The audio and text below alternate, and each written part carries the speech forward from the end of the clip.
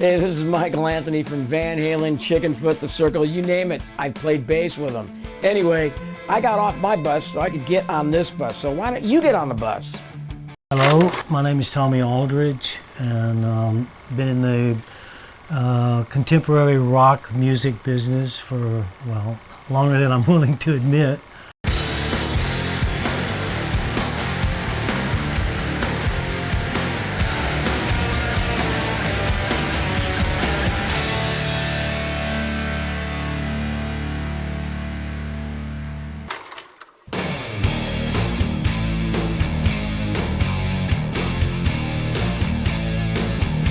Yeah, I lived in England for a while. When I left Travers, I finished that last date in Europe, and I didn't even go home. I went straight to London, and I stayed with a friend looking for a few months, looking for a place to live. You know, got a flat over there, and hung out over there for a few years. It was one of my bucket list things. So I wanted to record, and all my favorite records had come from that out of England. Some of my favorite musicians, Mitch Mitchell, you know, Bonham, of course, all those cats that were, you know, that were doing the, you know, Ginger Baker, all those dudes that came from all the music that I listened to when I was coming up, you know. Yeah.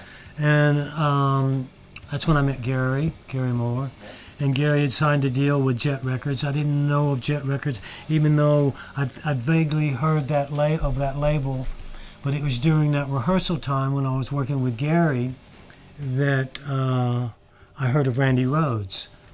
And Randy had come to one of our gigs. We were doing a live album with Gary, and Randy showed up. He came to a rehearsal to meet Gary because he was a big Gary Moore fan. No one knew who Randy was because he hadn't even recorded anything yet. Yeah. Wow. And ironically, Ozzy had just signed a deal with Jet Records, the same label that I had cut a deal with to do two albums with Gary. But you knew Ozzy because of your choice. I had met Ozzy previously when I was with Blacko, when we supported Black Sabbath. And I think that's maybe when Ozzy may have first heard my name or heard me play, maybe. I don't know. But I think it was more other people that I ended up brought me into the Ozzy camp. It wasn't Ozzy picking, say, yeah, I'd like to have that guy as my drummer. It doesn't work that way. And, you know, yeah. It's hard to explain that.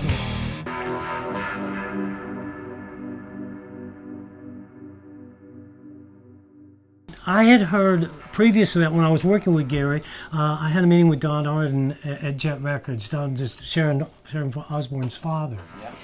This goes way back, you know, like I'm not WW2, you know, this is early stuff. And because Ozzy had just signed a deal with Jet Records, they were looking to try to put a band together for Ozzy. And they had found this guitar player in LA. And when I was working with Gary and I, and we were talking about it, and when I was in Don's office, I heard something on a cassette, and it just overhearing it in his office. And I said, wow, who is that? And Don Arden said, that's Ozzy Osbourne's new guitarist.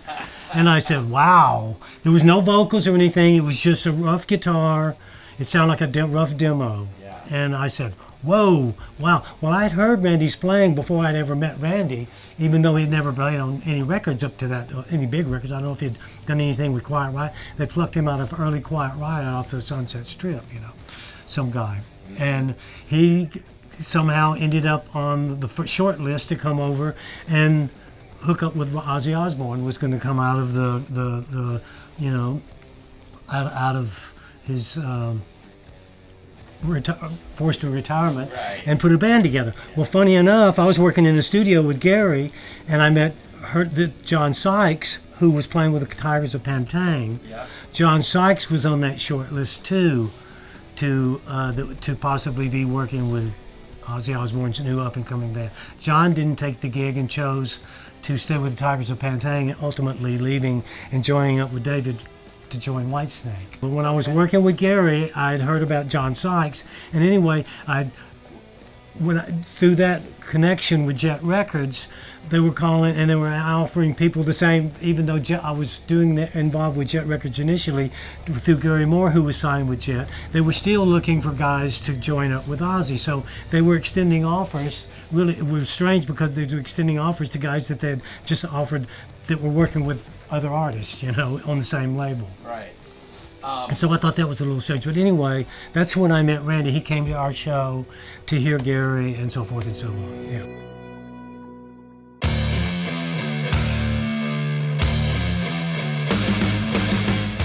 Well, all I had heard, all I knew of Randy at that time, see, was a rough demo, and I don't even remember I think it may have been Diary of a Madman, that song. It was that riff, and it's an odd time thing, and I'm thinking, this is going to be Ozzy Osbourne, because Ozzy was, came out of the Black Sabbath thing, and it was like, it was kind of very dark and so forth and so on, and it was a real contrast to what Ozzy was known for, I wasn't a big Black Sabbath guy, but I knew what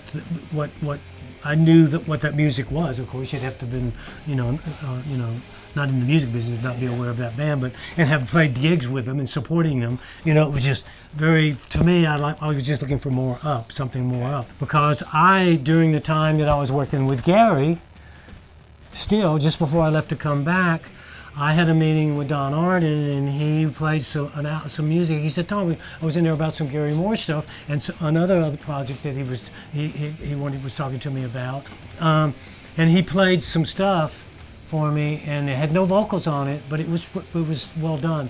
And I said, "Wow, who is that?" He said, "Well, that doesn't matter. My question is, could you record the drums on this?" I said, "Wow, why you want to change? Why you want to redo the drums?" He said, "Could you do a better job?" I said, "I would like to think I could do a better job. I mean, freelance drummer, what else are you going to say, But I didn't think. I thought this was some really magical stuff. I don't know if you want. Why would you want to change any of that? And he said, "Well, that's no, never mind." They were trying to get those guys off of those albums before they were released, because that album wasn't out yet at that time. Okay. But no one knows any of that stuff. But anyway, who they is at that time, it was, Jet, or for whatever reason. I come to learn why they wanted them off of the record. See, it wasn't until I was in the band and the album comes out, and my name is my name isn't on the record, but my picture is. And I said, "Sharon, everyone's going to think that I'm playing on the record." And at that time, the record hadn't done anything. It had just come out. And I said, "I don't know, anybody that knows my playing will know that I don't play like that." And that was no disrespect to Lee Kerslake, because again, I had already considered that to be magical, what they came up with, because that's what I'd heard. Those tracks is what I'd heard. It didn't have any vocals on them, but that's what I'd heard in Don's office that day. And so by the time I get an offer to come in and do it, and I hear the album, and I said, "I've heard this before," And then it wasn't until after I was in, and you hear all the people bad rapping, the people that were on those records and stuff, that were, and I'm just sitting there listening. And for me, it was, I would much rather have played on it, because even when I played those songs live, my approach is different than it is on the record. I don't play it like it is on the record. I mean, you have to faithfully reproduce whatever song you're playing, but you do it the way you would, especially if you're giving a blessing to do that. And Randy said, "Play it heavy, man. Play it however you want to play it," when we were working up the stuff for rehearsals. To answer your question, was he instrumental in my joining Ozzy Osbourne? Absolutely, because when I heard that music, which is what I predicated my decision on, and I said, how could you not? But it wasn't, it was about him and the guitar playing and those compositions. Because even though the album was very much a collective endeavor, it was the impetus, or the soul was Randy Rhoads' riffs. Those, absolutely, everyone played instrumental role in that album, those albums being what they were, because, like I said, I heard it without any vocals on it, and I didn't know who it was, and I thought it was some magic going on. It clearly was and is. So I don't know if you could have improved upon that, but that was what convinced me or gave me the fire to want to be involved, was Randy Rhoads and his guitar playing.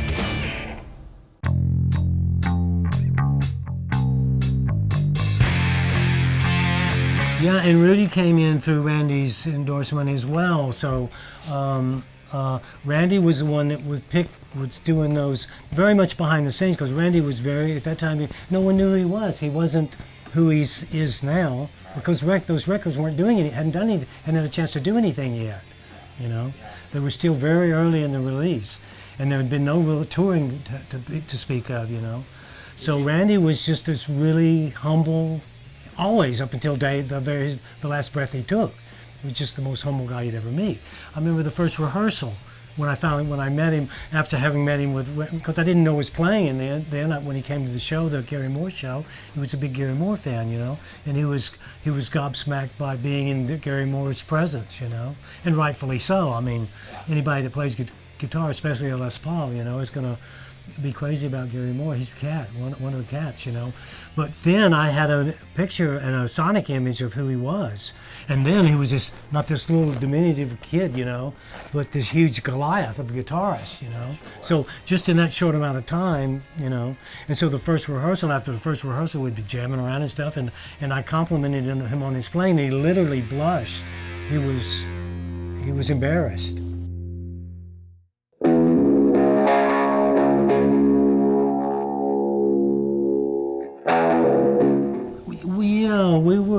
We were a real tight unit, We all traveled together, all on the same bus, Ozzy was on the bus, Everyone was on the same bus, and there was a little bit of a clique, but it was Rudy, Randy, and myself. And it wasn't that we were excluding Ozzy or that was out of anything. It just happened that way, And I remember Sharon would sat me down once. He said, "Tommy, you think you guys could include Ozzy a little bit?" And it was it was sweet, And Ozzy was her first priority always, And I think it is that way to this day.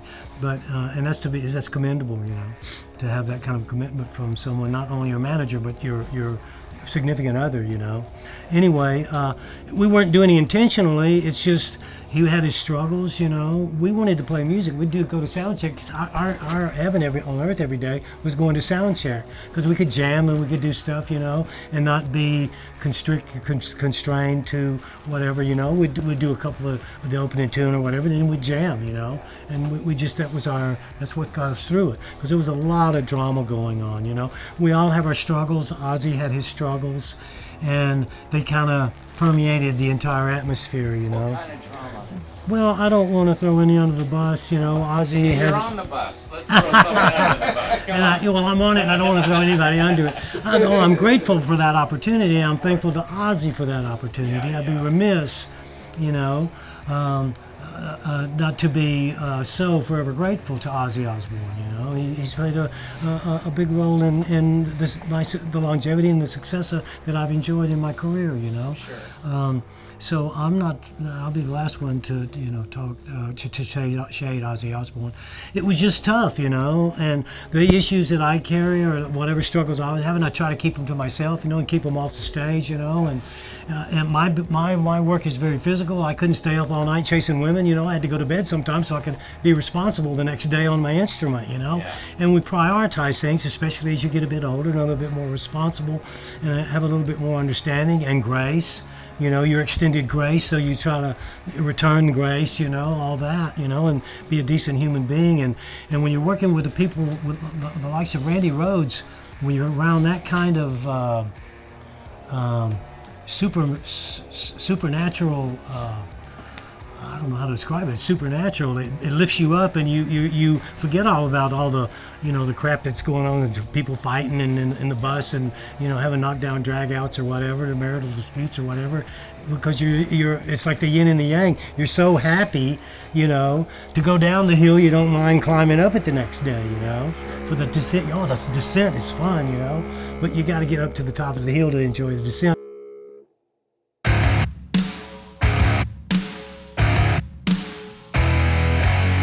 I did one album with Ozzy. Well, we did a live album.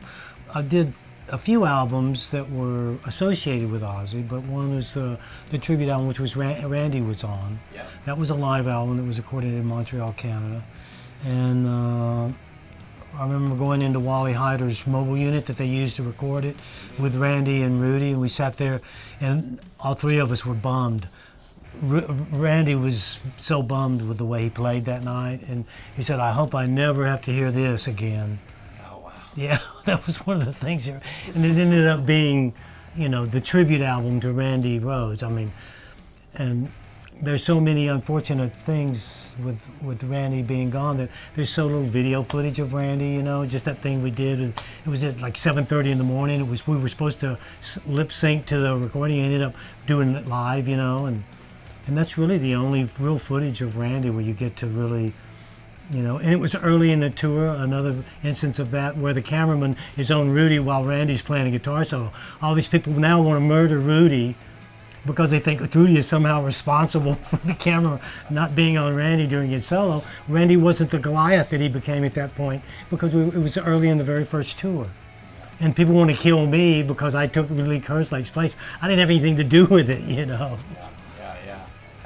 Strange dynamics that went on. When you're working with guys like Gary Moore and Steve Vai, John Sykes, it's embarrassing. They bring you up. Randy Rhoads is. They kind of bring you up to their level.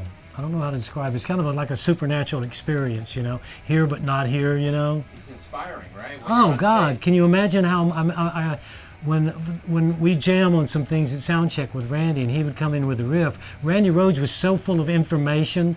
Every soundcheck, or every time he'd plug into his amp in the tuning room, some crazy riff would come out, and the hair would stand up on the back of your neck. It must have been. I would think that must how Mitch Mitchell must have felt when Jimi Hendrix came in and played Purple Haze. And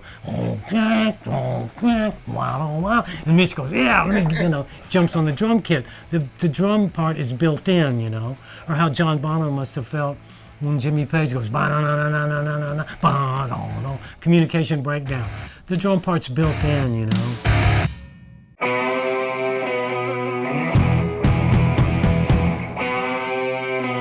Well, we didn't perceive it to be that way. We just loved working together. We didn't. Randy was one of the most humble individuals. He would never reflect on that area of that we were doing great things. We weren't. We were just having a blast, and there was a lot of smiles. A lot of times we were laughing at so and so jumping up and down like a jack in the box. But there was a lot of humorous times. But there was some legitimate musical hookups, on stage. And like I mentioned earlier, I would change some of the parts, and Randy would encourage that. And you can I was allowed to take as much license as I could with, and still be faithful to the song. But Randy would turn around some night with the biggest grin, His tone, every aspect of Randy, not just his guitar playing and his expertise or his facility on the instrument, was unparalleled, particularly even as we speak today. He only really played on 2 albums, but his facility on the instrument, and there may be some people that will take issue with this, but I was there up close and personal. His facility was second to none on the instrument. He would pick up a classical guitar and play legitimate classical guitar. I'd sit on the floor in his room, and your tear would come. It would be so moving and so immersive. And the tone that he had with his Les Paul and those huge Marshalls, it was so immersive. The tone that he had with his classical guitar, it would just wrap around you and just pull you in. It was like a spiritual experience, man. And he would sometimes he'd just be doing scales, other times he'd be working on classical parts of his own that he would have incorporated into his solo on stage. But apart from that, he could compose amazing music. So not only was he just a crazy technician and born to do that, God said, boom, doing exactly what the good Lord put him on the planet to do. He had compositional skills that were really almost the antithesis of that, because these days the guys that write all the songs in all these 3- and 4-piece rock bands are in many cases the most untalented on their instrument. I don't know why that is. You have exceptions. Eddie Van Halen is an exception.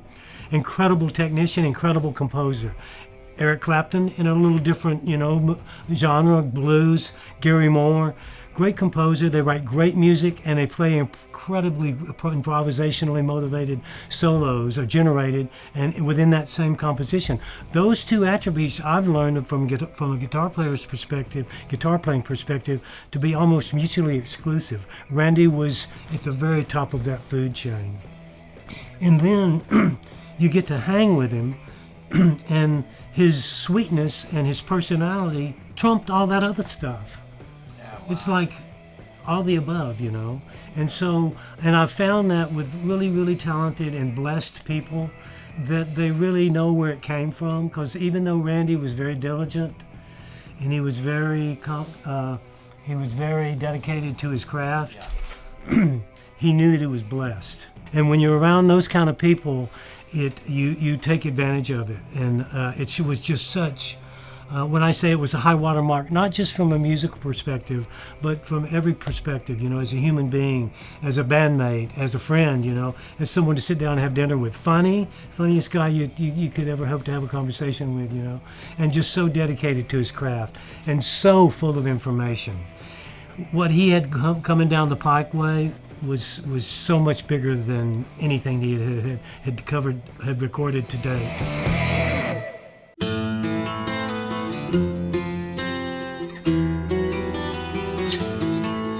Well, I haven't talked deeply about. I mean, there's so many. There's some parts about it that I think all of us were in shock. I know I was eventually, initially, and it just became more so for me. It just kind of was like it just kept building and building and building. So my chronology on some of it conflicts with some others. I mean, I can just tell you what my experience was that day. I don't like to get too deep in it because it's still traumatic to me, And Rudy was Randy's closest friend out on the road. Absolutely, he and Rudy they had a special relationship, But so he can tell you things that maybe I don't, would miss. But yeah, it was.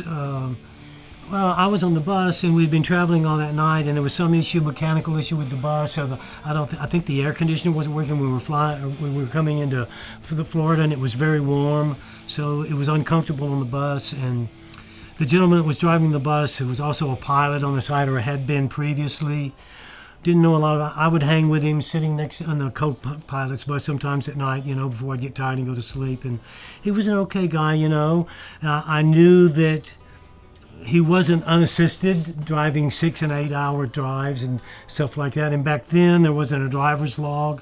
Now it's a lot more by the book. They keep like truck drivers and stuff. You can't drive over X amount of hours and so forth and so on. And all this stuff is hindsight. You learn hindsight.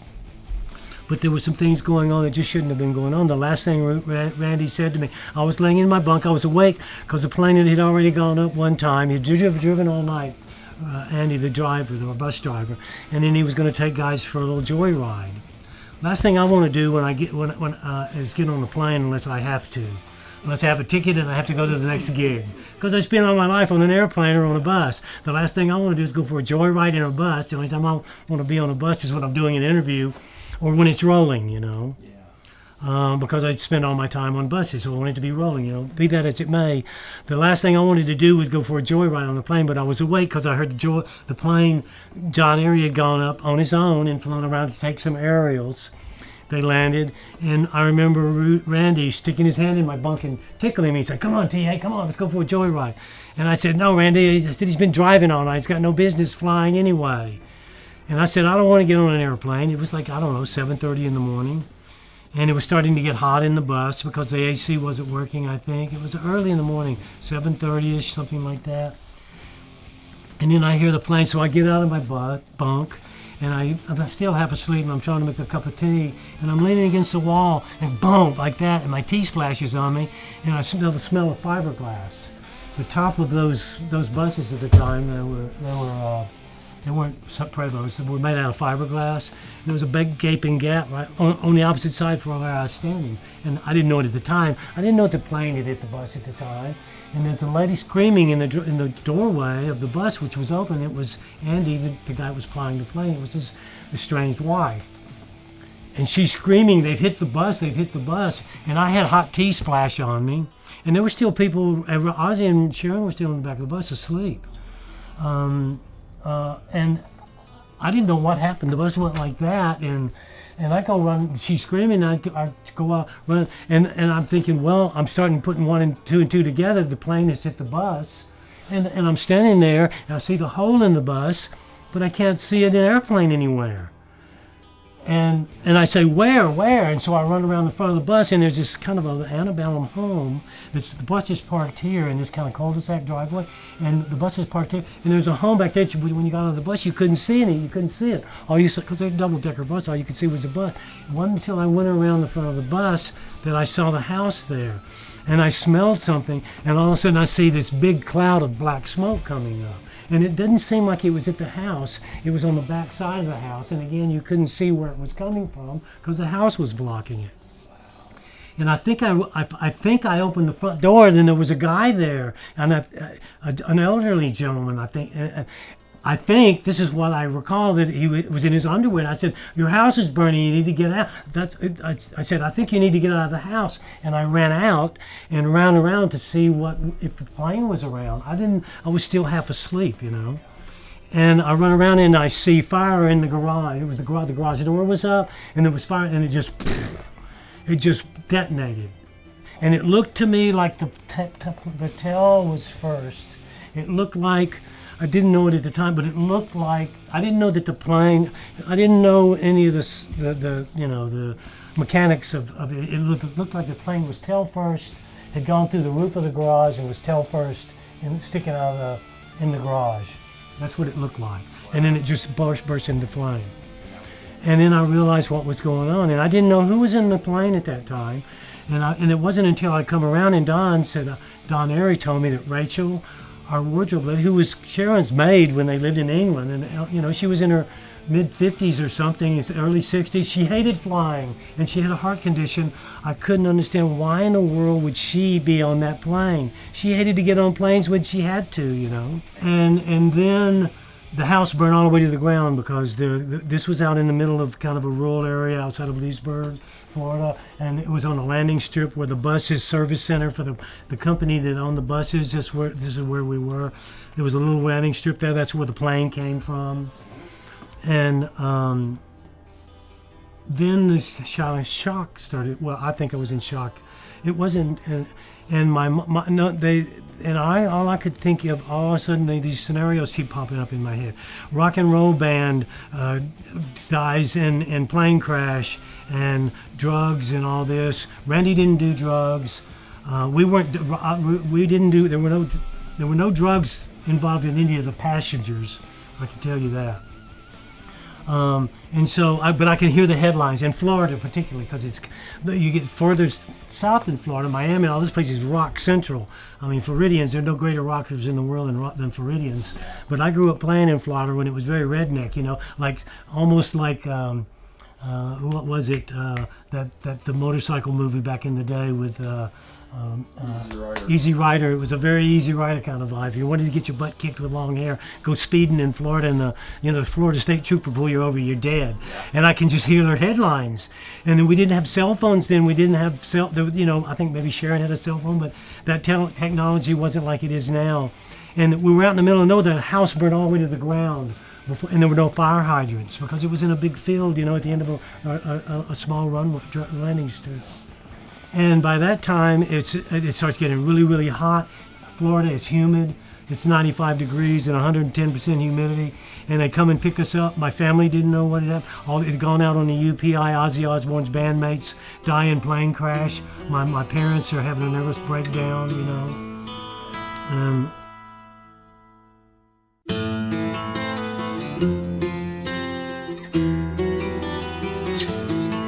I don't remember the time frame, but there was a lot of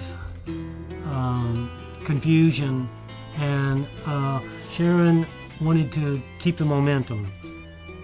She was really adamant about keeping the momentum. The goose that laid, by that time I had come up to speed with all the dynamics that were feeding the beast, so to speak. Randy Rhoads was the guy. See, I was going to ask everything. Randy Rhoads was behind the scenes. He was a goose that laid the golden egg. He was everything. He was a linchpin. Even though it was called Ozzy Osbourne, and this is no disrespect to Ozzy, I was in it. He was the impetus. He was the impetus. Everything emanated from Randy Rhoads. He was the fountain. He was the golden goose. They were waiting for the next laying of the golden eggs. And that wasn't going to happen. Underneath a tattered sky, endless spirits passing by. Sudden darkness caught my eye. I could feel it in my bones. Figure in the road ahead, filling me with fear and dread. Bells sounded